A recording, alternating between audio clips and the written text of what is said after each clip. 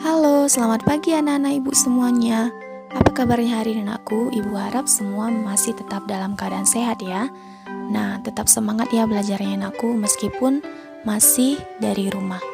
Nah, hari ini kita kembali belajar bahasa Indonesia dengan materi teks non-fiksi. Nah, tujuan pembelajaran kita hari ini adalah agar anak-anak ibu bisa mengetahui apa itu teks non-fiksi. Sudah siap belajar nakku? Mari kita bahas bersama-sama. Teks non-fiksi adalah teks yang berisi informasi berdasarkan fakta atau kenyataan. Biasa kita temukan dalam artikel surat kabar ataupun majalah.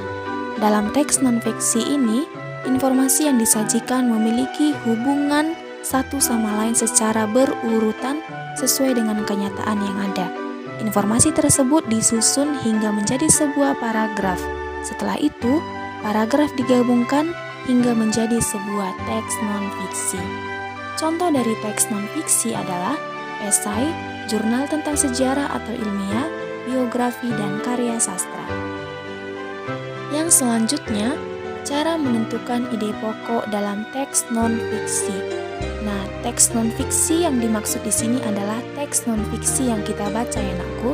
Caranya, dengan membaca teks secara seksama, perhatikan setiap kalimat pada masing-masing paragraf.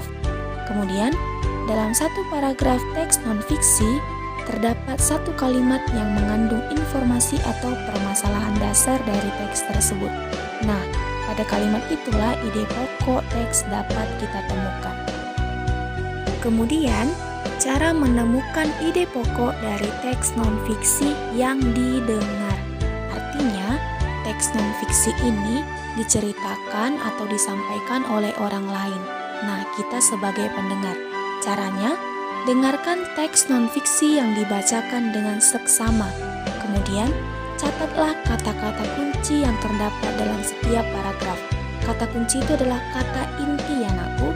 Kemudian, gunakan kata tanya adik Simba. Nah, ini pembelajaran kita yang materi yang sebelum-sebelumnya. Apa, di mana, kapan, siapa, mengapa, dan bagaimana untuk membantu menemukan ide pokok pada setiap paragraf. Membuat ringkasan teks non-fiksi berarti menyajikan teks non-fiksi secara lebih singkat dengan mengambil ide pokok dari teks tersebut. Nah, ada beberapa hal yang perlu diperhatikan saat membuat ringkasan teks non-fiksi. Anak-anak ibu boleh membaca di sini anakku.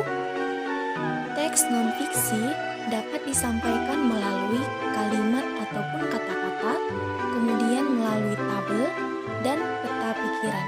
Peta pikiran ini adalah suatu cara mencatat kreatif dan efektif yang disajikan secara ringkas. Biasanya peta pikiran disajikan berbentuk cabang seperti pohon. Berikut ini adalah cara membuat peta pikiran. Nah, anak-anak ibu boleh membacanya di sini ya nakku. Tadi kita sudah belajar tentang cara menemukan ide pokok dari setiap paragraf teks non-fiksi. Sekarang kita belajar tentang cara mengembangkan ide pokok menjadi paragraf non-fiksi. Jadi nakku di sini adalah kebalikan pelajaran yang sebelumnya ya nakku. Nah, ada beberapa cara untuk mengembangkan ide pokok menjadi paragraf non-fiksi. Yang pertama, menentukan topik yang akan dikembangkan menjadi sebuah teks. Kemudian yang selanjutnya boleh kamu baca di sini ya nakku.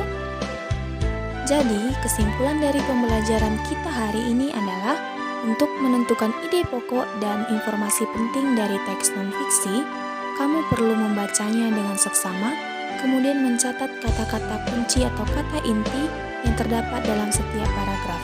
Terakhir, kamu menjawab pertanyaan-pertanyaan yang diberikan. Kemudian, untuk membuat kesimpulan dari teks non-fiksi, kamu boleh melihat dari ide pokok yang sudah kamu temukan tadi, kemudian kamu boleh merangkai kesimpulan yang mencakup semua informasi menggunakan bahasamu sendiri.